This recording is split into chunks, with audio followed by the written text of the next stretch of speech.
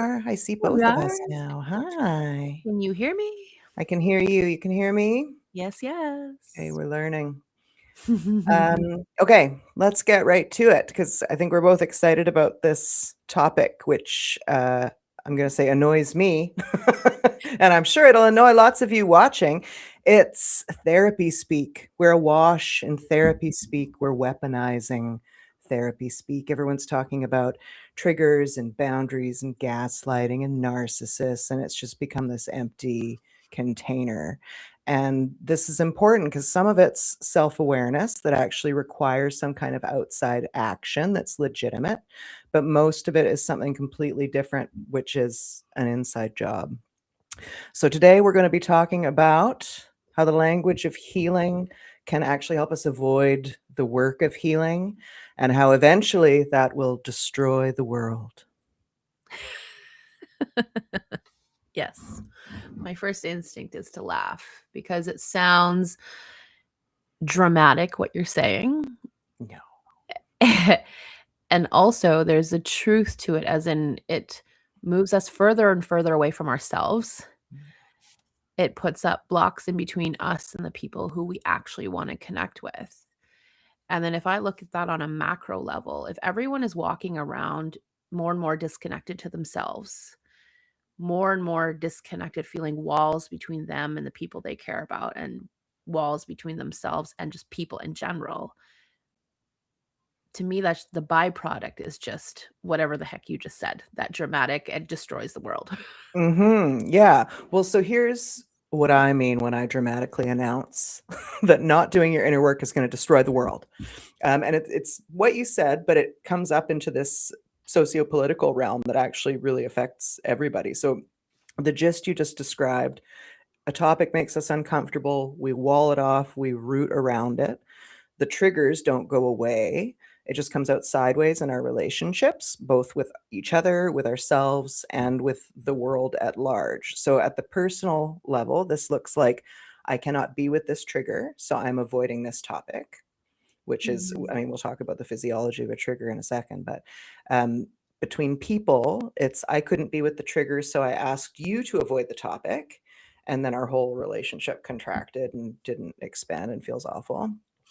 And culturally, it's a lot of people have this experience. Together, we can't be with these triggers as individuals. So we get together and we create a whole culture around rearranging the world around what makes us uncomfortable, right? So that everything gets restructured outside ourselves because we're avoiding this feeling. And we turn that into legislation and rules and things that just create more walls. We're not tearing down walls, we're rearranging walls. That's sad. That makes me sad hearing you say that. Yeah. And Yeah. some things do need protecting, right? That's legitimate. But I think we've gone too far. Okay. I agree.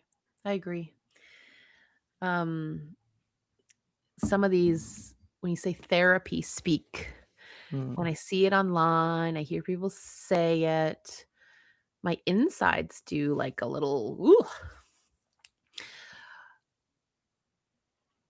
Mostly because I feel sad.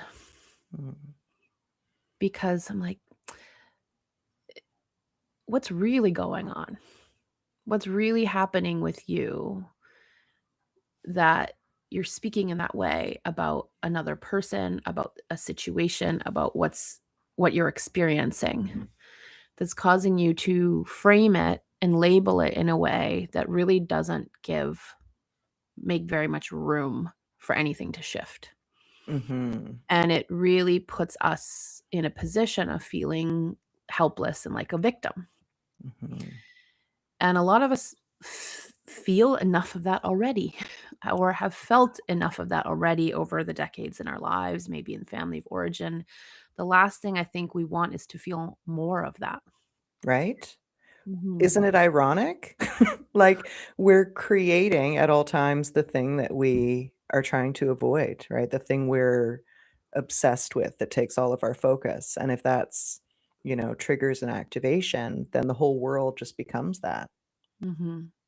So is it helpful to talk a little bit about what you mean exactly by therapy speak? Like what examples are?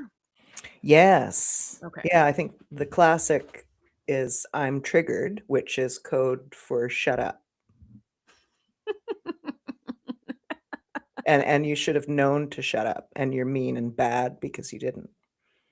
Right. And so that's sort of like talking about me, but really shutting down the conversation. And then you're saying, and it has a little dose of blame as well. Oh, a huge dose of blame and shit. Yeah. Right. And then one that I've heard often is he's such a narcissist.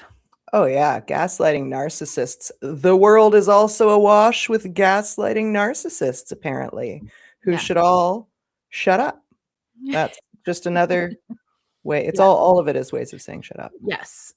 And gaslighting narcissist is now saying the blame is and the attention is all outward. Yeah. They're wrong. I'm a victim and I'm stuck, Mhm. which is not a nice feeling to have. Mhm. And this is where it gets tricky because some people do have narcissistic traits. Some people fall under the DSM for Mhm. narcissism. Some Mhm. people might actively, intentionally, or unintentionally be gaslighting you. Mhm. But the amount that I've heard it as a term where we just throw it out, I'm like, statistically, that can't be possible. That this is an accurate representation of what's actually happening. And so when I hear that, what makes me sad is most people say that, and it's like there's a period at the end of that sentence, maybe an exclamation mark. There's nowhere to go with that other than to get more and more angry or more helpless, Or self-righteous. Yeah. right? Or that. And it really blocks the way for like curiosity about myself. Like, well, what is the behavior that I'm experiencing from this person that doesn't feel good? And how Mhm. is it impacting me? Mhm. And maybe what does it show me that I'm allowing this behavior to show up repeatedly? Right. And what part of me needs some holding and tending to so that some of these patterns on my side of the street can shift? Mhm. Which is like the entirety of the pattern, right? People who are narcissists can't pay attention to and hold their own feelings and share that experience. So then they raise people who have the same experience and feel equally enraged that their feelings haven't been held. And in that intense life focus, inadvertently become narcissists themselves. And it's just this vicious cycle of Hmm. people who can't hold simple sensations and emotions is really what it comes down to. Hmm. And so, like, I think it's important also to separate between people who maybe on the DSM would be diagnosed with Mhm. narcissism and people where they haven't had practice, they don't have the nervous system capacity to sit with what feels really uncomfortable and look inward and to be able to share that reflection outward. And so there's a whole ton of people. This is the great news. There's a whole ton of people that we're probably deeming as narcissists who, with some practice and some willingness to practice new tools, actually will discover and show you they're not actually narcissists. Mhm. And they're really sweet people having a really hard time lacking the skill set needed to be able to connect well. Mhm. Yeah, when I think about how anxiety can take me out of presence, I'm like, that would very easily make someone appear to be completely self-involved, right? Like, vanity can go either way, so it's self-obsession, whether it's positive or negative. I think Yeah. narcissist has a connotation of like, me, only me, in this somehow positive to them way, but I'm not confident that's the root. I think the root is some sort of disconnection that can actually be solved, and we've just pathologized everything and Yeah, put a period at the end of the sentence with nowhere to go. exactly. And I feel that with, or they're gaslighting me right now. Mhm. And whenever I hear those key words, those therapy words you're talking about, therapy speak, for me, it brings up curiosity. I'm like, oh, tell me more. What does that actually mean? Right. But for a lot of people, there is no question mark. It's just a period or an exclamation mark. And when I think about gaslighting, and so many of us will feel like we've been gaslit because we grew up and live in a culture and a society that does not know how to meet an emotional experience with an emotional response, like a warm, attuned emotional Mm, response. So most people, even though very well intentioned, come with logic. They want to explain how we could feel better. They want to explain how this isn't really a big deal in the grand scheme of things. They're not actually, I'm going to say most people are not actually actively intentionally trying to make you feel like crap and like you're crazy. yeah, that's very rare. Let it be It noted. does happen, but it's very rare. Yeah. Most likely what's happened is they're having a hard time being with the emotional content and nature of what you're sharing. It's stirring up something for them in their body. They do Mm, not know how to hold and be with. And in their desire to feel more comfortable in that moment, or in their desire to support you in the way they think would be supportive, they're taking a logical stance and they're right. sharing logic with you that leaves you with a feeling of being really unmet and unseen. Yes. And there's something in here about perspective. So, and one-itis and the general not being able to be in our bodies and with our feelings puts us in our heads. That's how we try to connect with each other. Therefore, we must agree mentally, right? Mm, There's only mhm, one truth. There's one thing that happened. There's one way this went. And if right. you have a different perspective on it, you're gaslighting me. And if you Yeah, insist on that, it's because you're a narcissist. and, like, when I think of, like, I think it would be simple math, but my brain doesn't totally work like that. I'm like, there can't possibly just be one version of the truth with 2 human beings. Of course, but we've just slipped into that, like, Yeah. culturally, I think it's been a long up ramp leading to this idea that there's one Mhm. singular truth, and we've all gotta be on board with it or else. Mhm, and there's, like, one factual truth, that's one sliver of the experience, and then on top of that, right, like, there's, like, the things that the camera would capture. We talk about that Mhm. a lot in CRT and somatic sessions. There's details that a camera would capture of, like, that was actually said or done, Yeah. right? And then beyond that, but that's like a tiny sliver of what's actually happening, and beyond that is all the things that we add to it, all the stories, all the assumptions, that turn that into, we believe this whole chunk of information is the truth, when really only a sliver of it is the Mm. truth. It might be your experience and your truth, but it's not the truth and the only truth. Mhm. And it's leaning into the curiosity of, okay, how did I experience that? And how might this other person be experiencing that? And like, can we hold compassionate curiosity for both? Which is very different than pointing the finger and saying, you're gaslighting me, he's a narcissist. There's a whole slew of others, right? Or I'm not feeling safe right now. You're right. What does that Safe mean? is, what does that actually mean? It would be more helpful, I think, if it was like, "I'm feeling really uneasy right now or uncomfortable." And Mhm. what would help me feel better is like, "Can you put your hand on my knee?" Right? "Could you say something nice to me right now before we get into the harder stuff that we need to talk about? Can you remind me of what's special here between us?" Mhm. That is a lot more helpful and connecting than, "I don't feel safe here."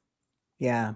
There's really something in there about which I identify with strongly, the desire to be rescued and dramatizing a thing to force other people into the position of having to help me with it, you know? So Mm. for me to feel uncomfortable, I mean, that sounds like something that I might need to deal with myself.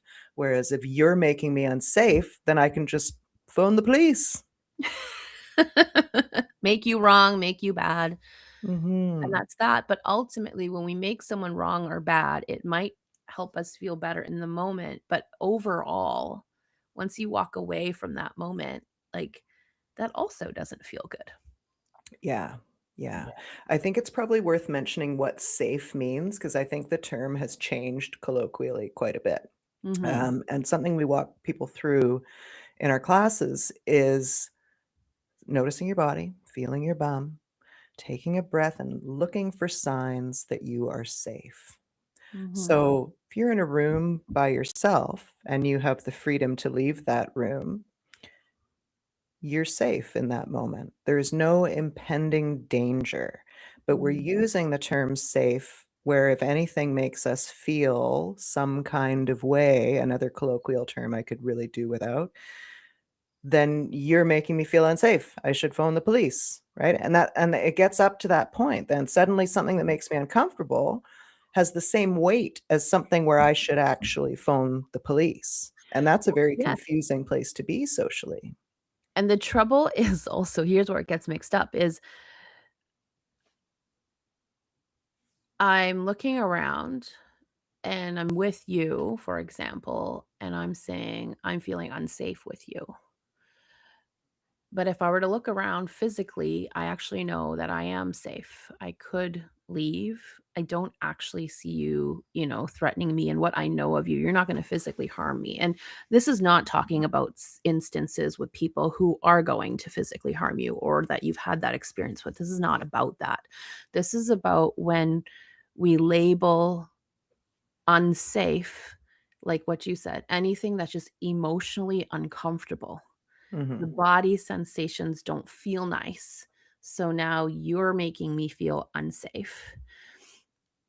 And where it gets tricky is there's a part of me in my brain that's if someone said, well, okay, then, well, if you're unsafe, why don't you call 911? We'd probably laugh and scoff and be like, well, it's not like that. Like, I don't have to call 911. So there's the question. So then what is it?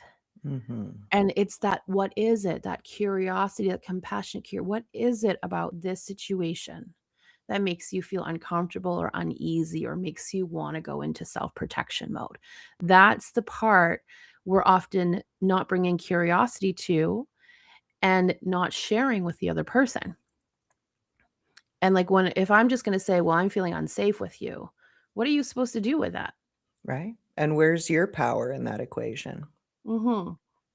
And what I found working with couples is because you often have one person in a couple sort of really in this therapy world and in this, self-awareness world, and the feeling unsafe terminology has come up a lot. And so they're telling their partner, "Well, I don't feel safe to tell you this," or "I feel unsafe with you." And like actually instead of it bringing two people closer together, often what it does, sadly, even though I know from what I've gathered from these two people, they care deeply about each other. They want to make things work and create something great together. But what actually happens when sometimes we declare, "Hey, I feel unsafe with you," is someone goes into sort of a shock because they're like, "Oh my gosh, what do you mean? Yeah. Like, I haven't hit you, I haven't hurt you, like, what is happening? And how could you even believe that I would do such a thing or want to do such a thing?" They're sort of mortified. And Mhm. so they're going into their defenses and they're also confused. Yeah. But sadly, often they don't know what's happening inside them either. So Mhm. they're just either lash out and they're like, what the F do you mean?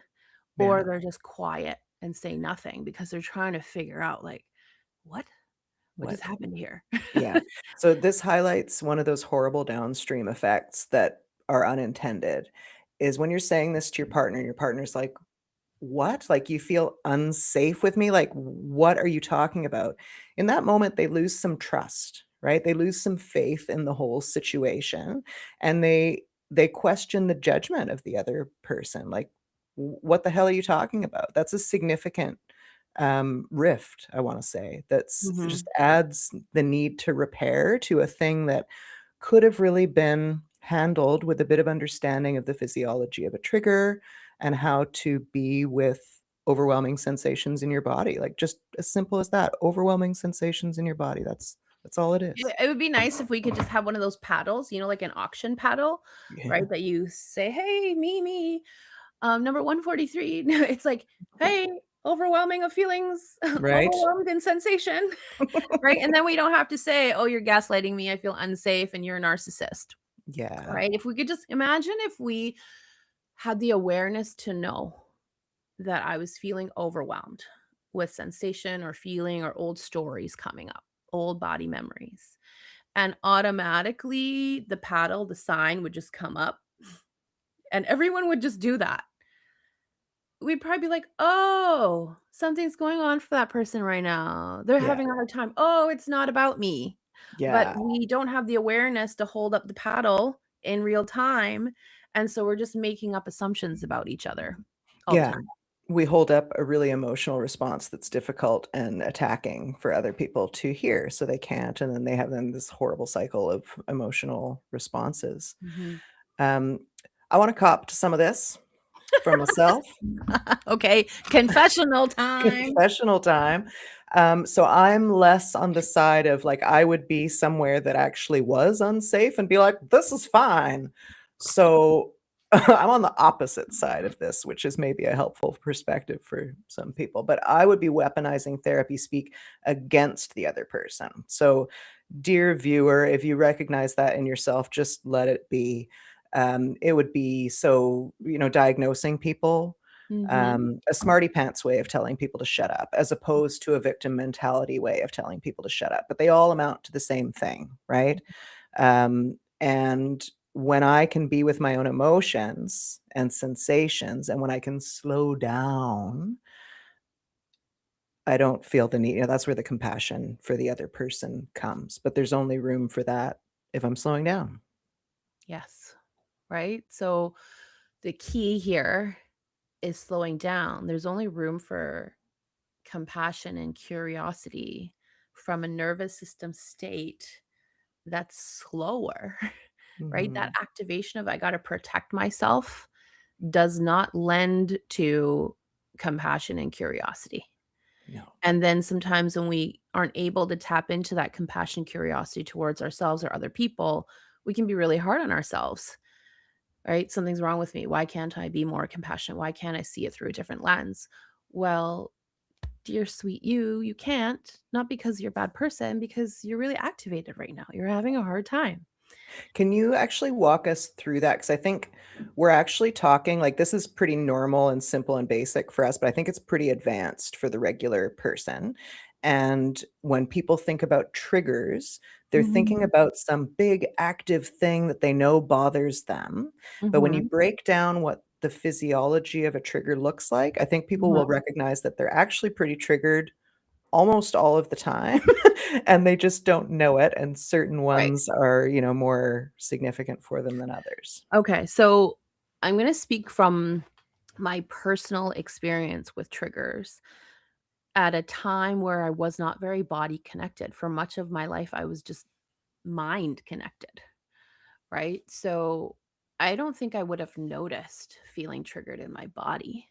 Mhm, But my mind, the clues for me that I was triggered would be blame, outward blame, right? Like, yeah, why are you doing this? What's wrong with you? Why can't you be nicer to me?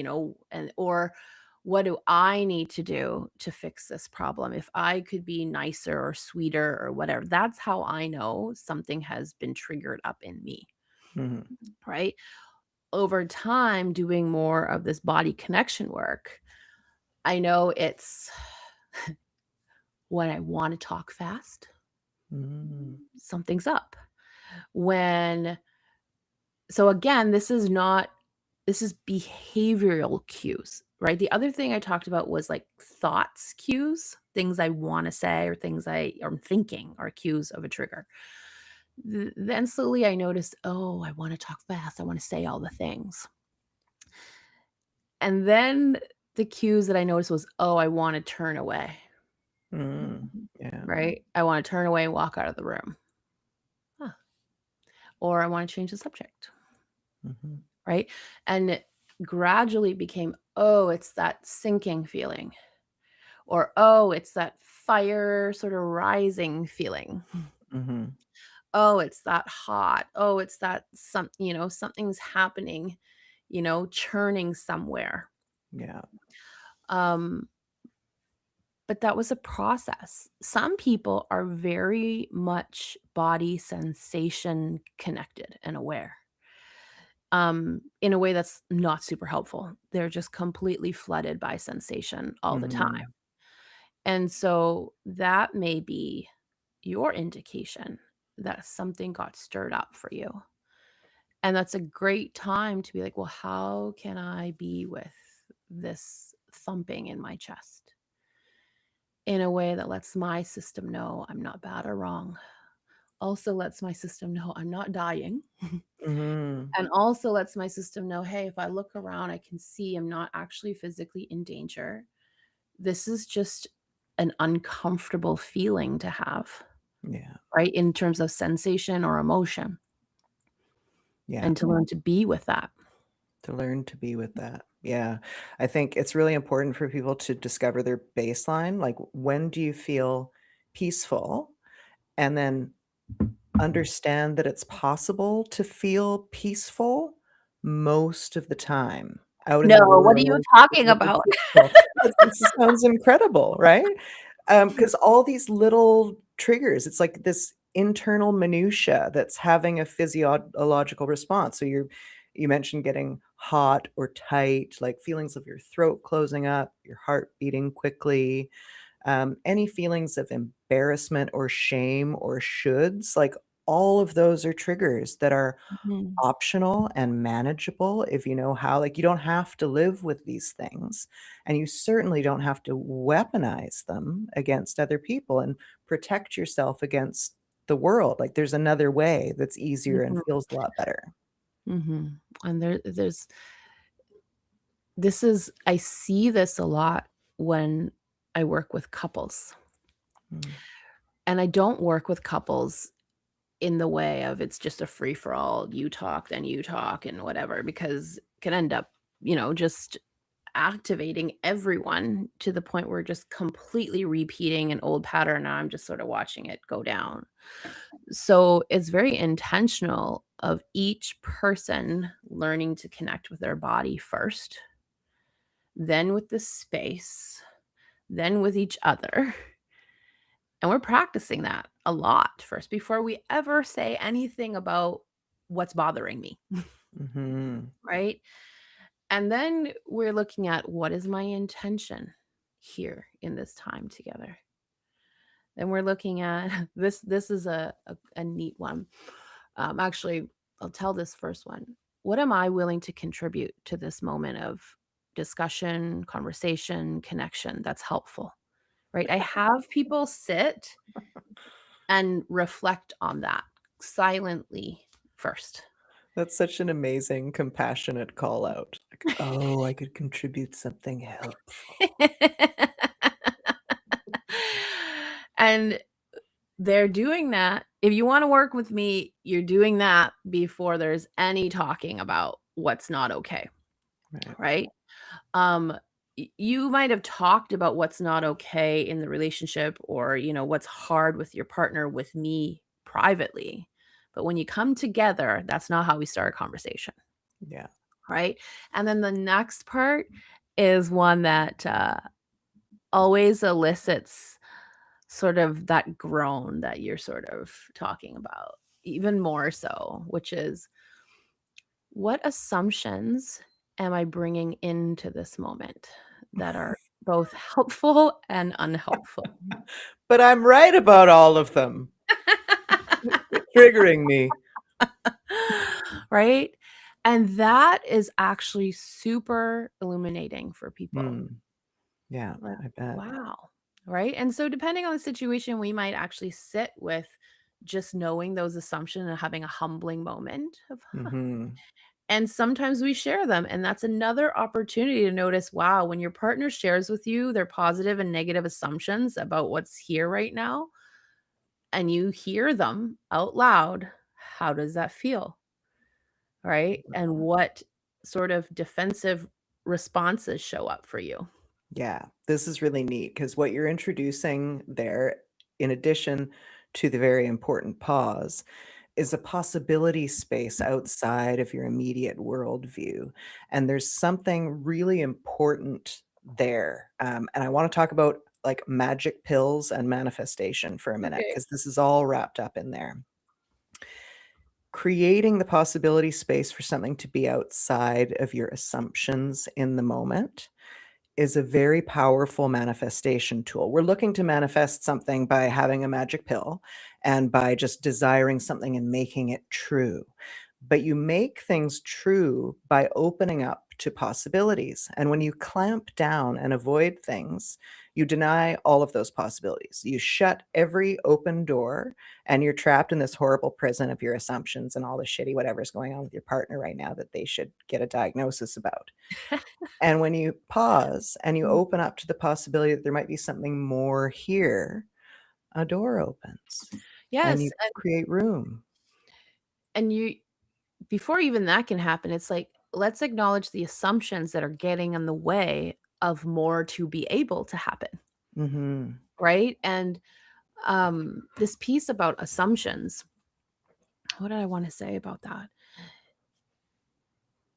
Oh, yeah. So when we work with people in CRT and in, private work, we have people name their assumptions out loud. Illuminating. Right. And it is illuminating. It's can Funny feel too. scary, right? It is funny also. But the thing is, when we're not naming them out loud, people think, "Oh, I'm not naming my assumptions out loud, so nobody knows and it doesn't impact anything." Right. It Wrong. impacts so much. Yes. Yes.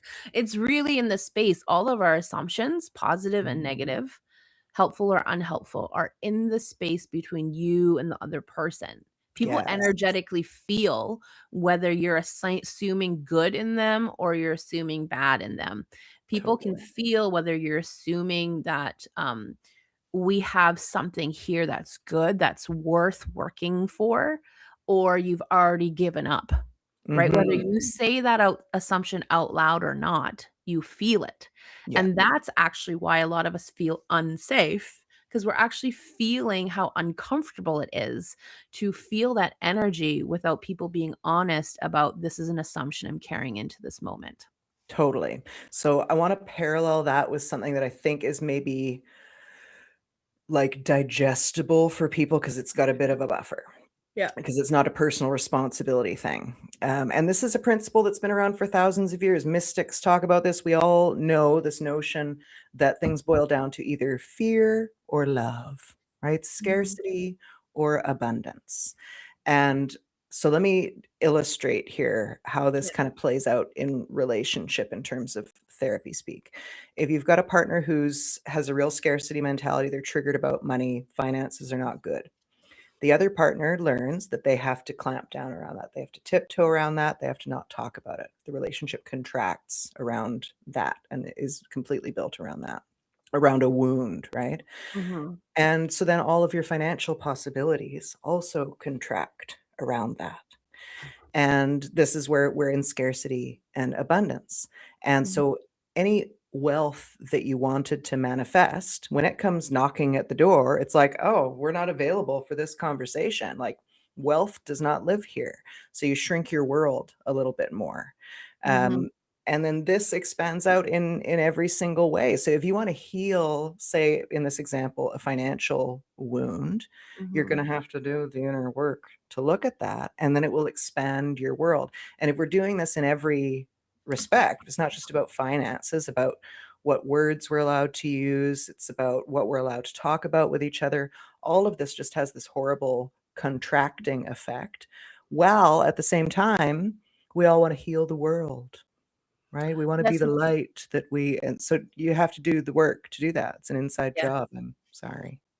Well, I think on top of, like, you're saying, hey, if finances are a trigger, meaning they stir up something in us that feels uncomfortable, maybe feels limiting, and we've learned to tiptoe around that topic and never discuss it. And you're saying that shrinks right? Our relationship, because that area is like a landmine now. It's not, we can't go near it. But the sad thing is not only that is that topic off limits, all these other ones that are sort of related to that, right? Vacations. Vacations Yeah. and like aspirations that we have to learn something new, and like opportunities for our kids, or like whatever else, they're all got a string tied to this landmine that now you're Mhm. like, well, that if we talk about vacation, it will lead immediately to finances, and that's no go. So now we can't dream about vacation, and vacation for a lot of people is play and rest and connection. So Mhm. those parts of your world begin shrinking as well, Yeah. right? And Or the energetic effects of Mhm. knowing that you can't talk about a thing, like, everyone Mm, just summon to mind for a moment the feeling of having to tiptoe around something, and do you want that to be the foundation for your relationship? right. And I think what I want people to understand is that this doesn't have to be a big, giant thing. Like, there's a path through this that involves tiny baby steps that are completely doable, physical things that you can do that will completely change this dynamic for yourself and your relationships if you're willing to do it. Mhm. You wanna Right? walk us through something like that? Yeah, I wanna walk us through something like that. It could okay, so you get straight into it, and it could be, I feel nervous talking about finances. Right? So even just feel your butt on the chair, and you can fill it in, right? You're listening to us. Maybe finances isn't your landmine and trigger, but something else is. Let's just feel your butt on the chair and say it out loud. I feel uncomfortable talking about, or I feel nervous talking about. And just notice how that feels, what it stirs up inside you. And maybe you're pleasantly surprised of, oh, when I say that, I don't actually feel anything too uncomfortable. Or you're like, "Wow, that feels really uncomfortable." And then I wanna bring out my pom-poms if you're watching. Yay. So then just be with that sensation for one breath. Just feel it for one, and then if you need to shake it out, if you need to distract yourself, you need to think about something totally unrelated to money, think about that. But Mhm. you're growing your capacity to step a little closer to the thing that you fear, right? And if you're like, wow, even that feels hard, even that feels hard to say to myself, let alone say it to my partner. What if you just say, there's an area in my life, in our life, I feel uncomfortable talking about, Beautiful. right? You Yeah. don't have to go into the hardest thing and white knuckle your way through, but this is already a little bit more honesty Mhm. than I don't feel safe, Yeah. This right? is one of the ways that we're, inadvertently really hard on ourselves is by Mhm, thinking we need to do the whole thing, right? mhm, If I'm uncomfortable talking about X, Y, or Z, well, the alternative would be to completely talk about it, and I'm just not ready to that. And it's like, no, you can actually just say out loud that you're not ready to talk about it, and that's a step towards something. Is right. acknowledging that it feels uncomfortable and then feeling the feeling of that discomfort is actually growing a skill set that Yes. means you might be able to approach the life that you want. Because this is really the crux of the question is, do you want this wound to run the show? Do you Yes. want the rest of your life to be that? And obviously, the answer is no. So there's tiny things you can do. And they're comforting things, they're connection making things. They feel good in your body. Like you will immediately feel better about the situation, even if you've only done this teeny tiny thing that we walk you through. And that's a magic pill, is what it is. And I just want everybody to take it. I'm gonna jam it down everybody's throat because it's so much better. Just do it. Just do it. Right? And I'm like, I would like you to feel invited Do and it. welcomed to a different, a different experience where everything doesn't have to feel so overwhelming. And Yeah. I think what Steph's trying to say by wanting to jam this magic pill down your throat is there's something different available for you. And not just that, but the return on investment is high. It's crazy. Right? If you are willing to feel your butt on the chair and say, I feel uncomfortable talking about blank, just to yourself. and feel that for a moment. Yeah. That the return on that over time is enormous, It's right? exciting. Once that part feels a little bit okay, then you might say, I feel nervous talking about blank because blank, Mm-hmm. right? And then you sit with whatever that stirs up for one breath. We're not saying sit there for 5 hours, not even 20 minutes, one No, breath. it's one breath. And it kind of like, to explain it doesn't really do it justice, obviously. But I know when we were talking about this episode, it was funny because Georgianna was, I think you actually seriously were like, gosh, people don't take triggers as like opportunities to learn more about each other. I'm like, no, they use it as shut up, go away. I'm going to legislate you out of existence, is where people really take it. And what we're trying to get at here is this therapy speak. It might be true. All of these diagnoses we're giving each other in the moment, they might be accurate and apply to things sometimes, but they should be a doorway. They shouldn't be the destination. They're not Yes. helpful if they're not a Let them doorway to be a something. doorway. And I think I'd love to do my confessional if that's okay. It's short, Yes. but I think it illustrates this a lot. My confessional is I was with someone and like, man, I love this person so much, but we had such a hard dynamic together. And this was at the height of me swimming in therapy speak, because finally, and this is the compassion part I hope you feel. Oh, Finally, there were words to yeah. sort of describe what I was experiencing and make That's it all important. make sense, Yeah. right? And so, of course, I'm gonna be like, "Oh my gosh, I don't feel crazy. It makes sense why this is so hard for me, and it's because he's avoidant." Which he probably is. But Right? then what? Yes, but then what? So, and then I was like, well, he's avoidant, I'm anxious, and there we go. That's why. And then it was like, well, now what? Right? It was either blame him for being avoidant, blame myself for being anxious. And then sometimes I'd have a moment where the next revelation would make me feel better again. Oh, I don't think he's avoidant. I actually think he's disorganized attached. Oh, And even better. that makes it make even more sense of why I feel like I'm all on this roller coaster. Guess we're just toxic. Right? The And end. yes, and I'm trying to explain how relieving it was for my ego and for my Yeah. little girl part that wanted to understand what was Ding, happening. ding, ding. Yeah. And also how it left me at a dead end. Like you said, it wasn't a doorway into anything, Yeah. right? Well, it's a doorway into more of that, right? So then you Yeah, find more of people that. who agree with you, and then you develop this little cult of people who all just talk in circles about these things and never get anywhere, but feel vaguely supported by each other for a So minute. you mean Reddit?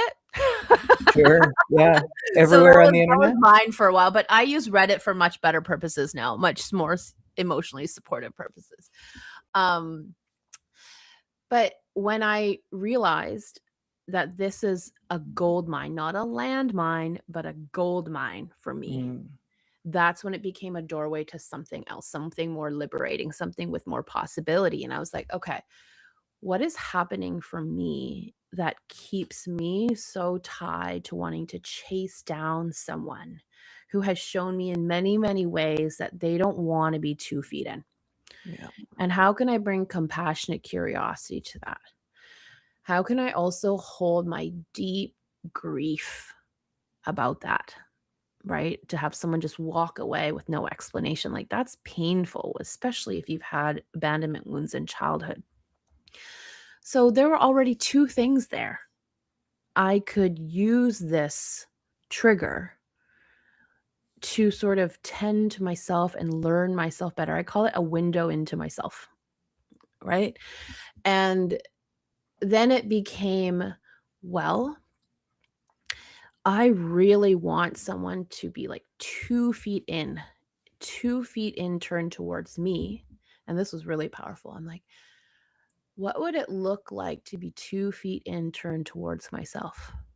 Ooh, girl. Mhm. And like, I'm not, I'm only the tip of the iceberg of the gold mine things. There's only 3 things I'm saying, but there were Yeah. so many more when I was willing to look beyond he's avoidant and he's disorganized attached and I'm anxious attached. Like Yeah. that Closed took me doors nowhere everywhere. good. Yeah, It's totally. initially helpful, and this is the thing, recognize where it's initially helpful to make sense of some things, and then where it slips into this is no longer helpful. Yeah. Super legitimate stage of self-discovery, having words for things and wanting to talk about it constantly. Like, Mhm, great, been there, absolutely done that, totally normal. And then what? And what mhm. else? You know? Yes. And then what and what else, and how do I really feel about this? Yeah. Right? How is it impacting me? What does this remind me of? Like, so instead of like adding a period to the end of the sentence of they're gaslighting me or they're a narcissist or this feels unsafe or whatever, name that if you feel the need to. It's okay. But then get curious about yourself. Yeah. So I'm a bit dramatic, as you know. Mhm. And in my view, which will be true for some people, but not all, it would Mhm. actually be more productive to get really fucking angry. And Mhm. instead of saying you're a narcissist, drop a few screeching F bombs. Like that'll move more energy than this shut door, shut up diagnosis thing. Yes. Yes, so that's the fight energy that we wanna Yeah. honor as well. So there's 2 pieces here, honoring the fight energy of, "It's not okay to treat me that way. I do not like Yeah. this," right? And then sort of the energy I'm talking about is, like, that compassionate, soft place to land energy, and they're both needed. And Mhm. each of us will know ourselves which route we find easier to take and which one feels scary and uncomfortable. And maybe we even, in our self protection, call it dumb, stupid, and a waste of time. Not me. But like, But this speaks to whatever we're contained, our shadow material, all the stuff that we have not let out, a mhm, huge backlog of emotions and shut down words, like, that's gonna come sneaking out in some way as I'm yes, demonstrating here for you all today. yes. So if you can sort of marry what Steph and I are saying. So I'm saying, can you be curious about what it's stirring up for you? And then, Steph, what I hear you saying is, can you take what's coming up for you and honor what's there and move what needs to be moved, Yeah, right? And say what needs to be said, not to the person themselves, but like just to get it out. to get it What out. would you want to be able to say to the person if there were no consequences, right? And like That's move that, safe. Yeah, right? Move your body in that way. we weaponize things because we are full of latent, suppressed fight energy, Mhm. right? And intellectualizing that serves no one and depletes all of us. And like, I'm serious when I say this destroys society. Like, we've got to clear this out. And Mhm. it's easier than people might think. Yeah, because Steph just offered you magic pill. So, was it fuck you? Yeah, Is that the one? this is the blue bottle, the red bottle, the yellow orange bottle, this is the fuck you pill. Which, And so you were going to say something. I needed a, like, 6-month subscription to the fuck you pills Oh, because yeah. it was so suppressed in me, Yeah. That right? you thought you didn't have any. I was no, I thought I didn't have Yeah. any I'm because not I was angry. the Fuck you. I'm not compassionate. angry. Right? I'm, like, Yeah. compassionate, I understand why this person is showing up this way Ugh. or can't show up this way, right? I was full of compassion for other people, but didn't know how to be compassionate to myself to be able to see that I'm raging mad. Yeah. See, this is why so I did, like, frontline social work for 15 years, and the compassion that most people are expressing, especially in those kinds of environments, is suppressed anger pretending to be compassion. So for years, I had to call self-compassion self-compassion because I no longer trusted it, right? Kindness, I was just like, "You're just, like, waiting to blow. Like, you're just pretending, and then behind closed doors, you're an asshole." Which, I mean, we're all assholes, that's fine. But there's something about keeping this unexpressed, that really becomes a problem. Like, I would use the word toxic in a serious, non-weaponized way there with, a compassionate bent to it. I understand why people are that way. And what Mhm. I'm saying is that it's very unhelpful and it's causing problems for us as individuals and in our relationships and then in the world at large. And there is a path. Mhm. Right? Like, I really had to lean into honoring that there's so much pent up fight energy in me. Yeah. And, like, it really helped to know you, to be around you, to be supported by you, to witness you were more comfortable in that energy, even though maybe it wasn't, like, releasing the fight energy in a way that was supporting your process necessarily all the time. Mhm. But I was still like, "Oh, I can do that? I'm allowed to feel angry? I'm allowed to say mean things?" Yeah. And I needed to purge that stuff Yeah. out of my system. Well, you And, like, feel those ways and you think those things whether you say them out loud or not, right? I They're know. just trapped inside you, causing you problems.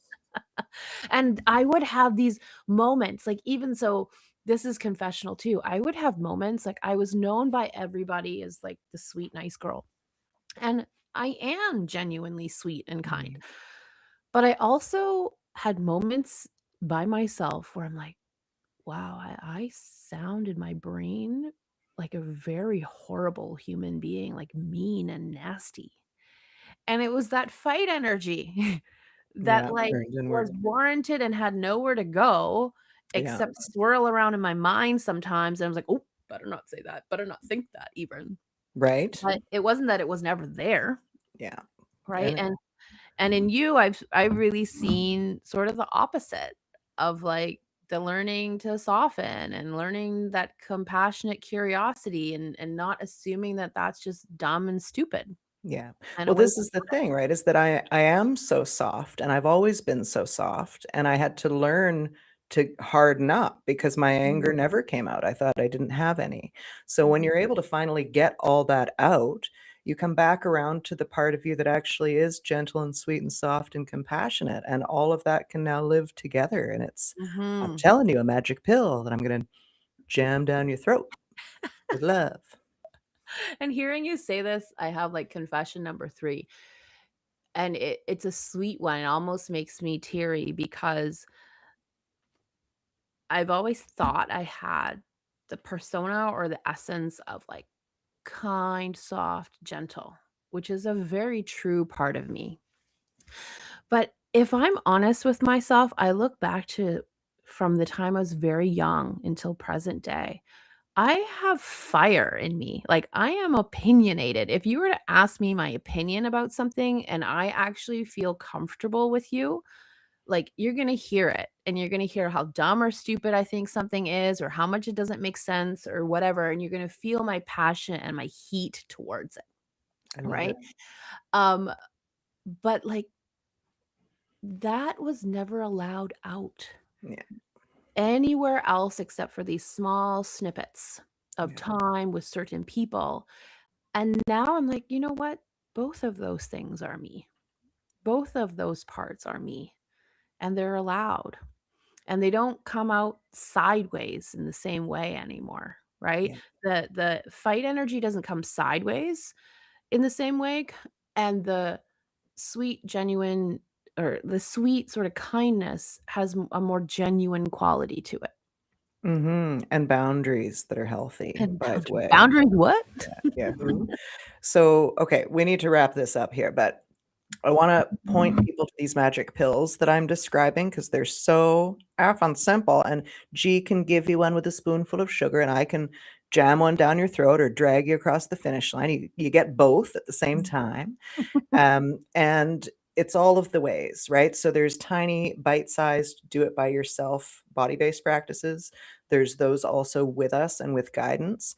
And then there's straight into the deep end shadow work, tell the truth out loud, get angry, all of that stuff. This is the range of things we offer in our live programs and in our self-led stuff. And these are the magic pills that you can choose to take quite easily on our website at Wholehearted Loving. Yes. Yes, yes, yes. Yes, Do the yes. thing. Do the new thing that's simple and gives you a high return. Mhm. A Yeah, right? ridiculously high return that just didn't seem possible. Like, all of this would have been impossible to me, and that's why I'm so passionate and dramatic about it today. I mean, I was the same boat. I thought all this stuff was dumb at Yeah. some point in my life, but now I'm like, oh wow, this stuff works. It does work. Yeah. So, okay, weaponizing therapy speak against ourselves and with our people. Anything else that is pressing for you to say on this topic? I don't think so. I'm Okay. good. Okay.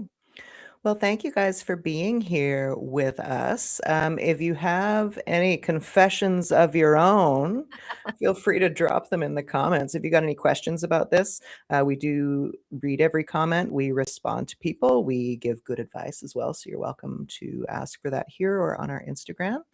And I guess we'll see you. I think we're back on the 27th of May. So we will see you guys then. And please do like, follow, and subscribe. And if anything we've said here today has been helpful for you, please share with somebody that you care about. See you next time. Bye. Bye.